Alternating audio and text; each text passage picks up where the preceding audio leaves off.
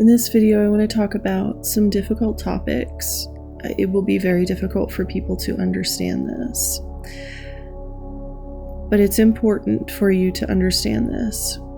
Number one, all beings are on a path of ascension, and all beings have existed in the lowest, most darkest realms, and they also simultaneously exist in the highest realms.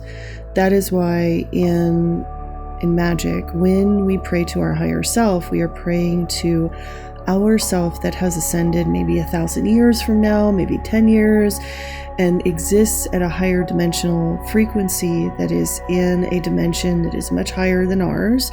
You can even pray to the part of you that is in just the next dimension. So if you're a third dimensional being, you can pray to your fourth dimensional self. In Norse lore, that would be is if you're a Midgard person, you can pray to your Vanaheimr self.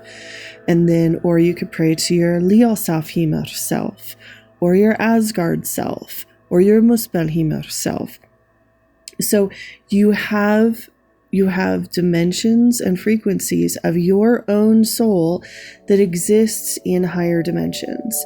This also exists for every other being, and this includes gods, ancestors, and angels. And this is one of the hardest things that I have seen in a lot of people. They assume that when they are talking to a deity or an angel, they assume that that being, because they're having a spiritual experience and they're either in a dream or they're in a vision, they assume that that being is of higher elevation than them. And that is not always the case. And it's really important for you to remember there are lower level angels, and they will come to you with their names. So let's say, and I've met the lower level Archangel Michael, who existed in lower realms. He is not a nice person, and he will get you in lots of trouble, and he will also get you in really serious codependent and basically weakening relationships. And this is why some people say that when they do magic with angels, it makes their life chaos. And it's because you're working with angels of a lower dimension. And I know that you want to think that just because it's the name of an angel, that angel is somehow like better than you, and it is not. There are a lot of underworld beings that absolutely want to use your life force and to siphon off of you and to trick you and to waste your time, just like narcissists do. They really do. And the same goes with Norse gods. And this was one of the hardest things for me in the heathen community, as I was teaching my rune students, not to take everything that the deities that appear to them in dreams, take it for granted. They need to test everything that is told to them. Is this message coming through unconditional love? Is this message healthy for my body? Is this message healthy for my mind? Is this message healthy for my spiritual growth? If it isn't, then you need to let it go. And if you have any beings that are pressuring you, and I posted this in the previous message, if you have any beings that are pressuring you to signing contracts or to quote unquote work for them, working for anybody is a lower dimensional frequency. It is a transactional relationship.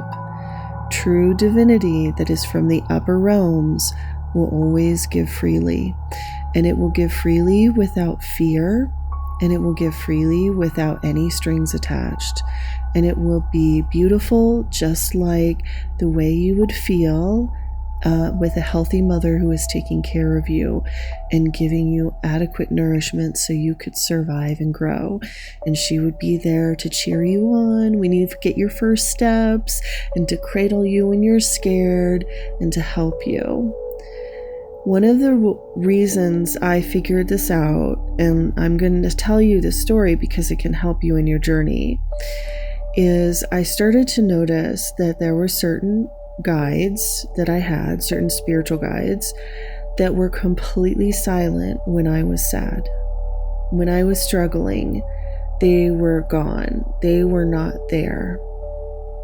And there were certain gods and beings that would show up and encourage me and give me hope and a way out of my struggles without conditions. And the thing is, I also recognize that all gods exist in all frequencies. So, like, it could be that my relationship with those deities in the past have healed, and I am connecting with them at a higher frequency. And certain other deities I'm connecting with them at a lower frequency because of my maybe past interactions. And this was really hard for me because I found that there was only one goddess in the Norse pantheon that existed in a higher realm to help me. And the rest of the Norse gods were basically of lower realms because I had so much trauma with the Norse gods and I was locked into those frequencies. So I asked the advice of this Norse goddess that I did trust, who was there always encouraging me and helping me and freely giving. And she's actually technically not a Norse goddess. She's a Germanic goddess. Her name is Frau Halla. And for some reason, my relationship with Frau Halla was so healthy that I was able to meet her in her higher frequency. And she was the one who encouraged me to connect with Lakshmi, Vishnu, Ganesha, and Parvati. And those were Indian gods, it was unfamiliar, but I started to do pujas. And then I found Mother Durga, and these beings actually come to me and help me when I'm down. Like, they are there like benevolent parents. And I'm saying this because sometimes the beings that will come to help you will not necessarily be the beings that you kind of associate with. And the same is, like, I understand there are people out there that when they connect with the Norse gods, that they're connecting with their higher being, and that's totally fine. Like, that's great. But the thing is, you need to be able to test the spirits that you're connecting with. If you have psychic abilities, it comes with a tremendous amount of responsibility. If you think about you as a person walking on this earthly existence and how many predators there are out there in this reality field that want to hurt you or use you, you can exponentially increase that in the astral realm. So you not only need to protect yourself from predators in the physical realm, you need to protect yourselves from the astral predators. And that takes time and a lot of self-dedication. Now, a lot of psychics, if they just keep using their visions and they keep, doing therapy and taking care of their bodies and seeking to take care of their minds and their bodies, eventually they figure this out.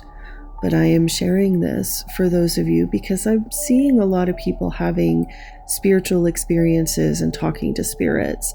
And I want to make sure that you don't waste years of your life being caught with a lower realm being that's going to just harm your mind and your body, and they're going to bring people who are going to hurt you into your life.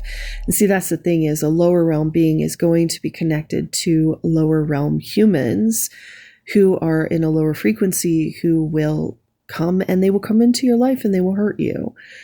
And so it's really important that you just take care of yourself, always treat yourself well, and demand that the spirits that you connect with do the same.